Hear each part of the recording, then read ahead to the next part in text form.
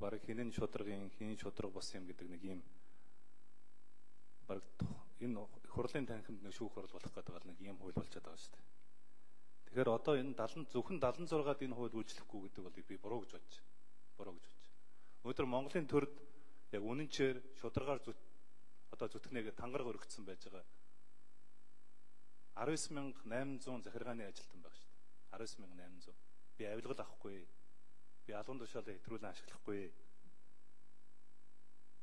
Би төрийн мөнгийг одоо хууль бусаар ашиглахгүй. Би хууль бусаар хөрөнгөчихгүй гэдэг тангараг өргөцсөн байгаа энэ улсуудыг бид нэр өршөөх юм. Улс төрийн албан тушаал дээр очисон 1900 хүн байгаа шүү дээ. Өнөөдөр улс төрийн албан тушаал гэдэг бол сайд, дэд сайд, тийм ээ, аймгийн засаг дарга нар, засаг даргын орлогч нар, сумын засаг дарга нар, сумын орлогч дарга нар байж шүү дээ. Энэ хүмүүсээ бид нар өршөөх юм. Тэр ийм ойлгомжгүй байдал үүсчээд байгаа байхгүй. Тэгэхээр би юу гэж хэлэх гээд байна вэ гэхээр одоо ерөөсөө нэг 5 заалтал энэ сая тойрог дээр сонгогчтойгоо уулзалт хийгээд нэг 5 заалтыг яг ингэ асуугаад байгаа. Энэ 5 заалтыг та нар орж өршөөх ч юм уу, үгүй мүү гэдгийг л нэг маш ойлгомжтойгоор хэлээд өгөөч гэж хэлсэн. Нэгдүгüүрт нь хэл ахуулсан үнийг өршөөх ч юм. За энийг хэлж өршөөх юм уу, өршөөхгүй юм уу? Хоёрдугаарт нь төрийн албан тушаалтан эрхэм мэдэл буюу албан тушаалын байдлаа уруулан ашигласан үнийг өршөөх юм уу, өршөөхгүй юм уу? Гуравдугаарт нь хууль бусаар хөрөнгөцсөн үнийг өршөөх ч юм уу, өршөөхгүй юм уу?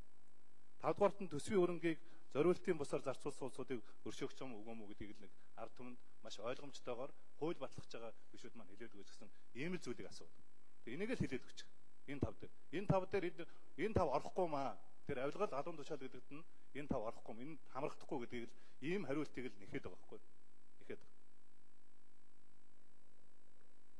Одоо байнгын орон саналаар санал хураахад наа чин гарч ирнэ. Инх амлан гишүүн тэгээд өөрөө хаашин конфод авахаа өөрөө мэднэ. Улсын хурлын шийдвэр гараагүй байгаа.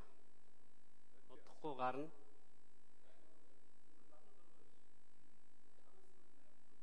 За тийм санал гараагүй байна. Сод үлэг гişүн.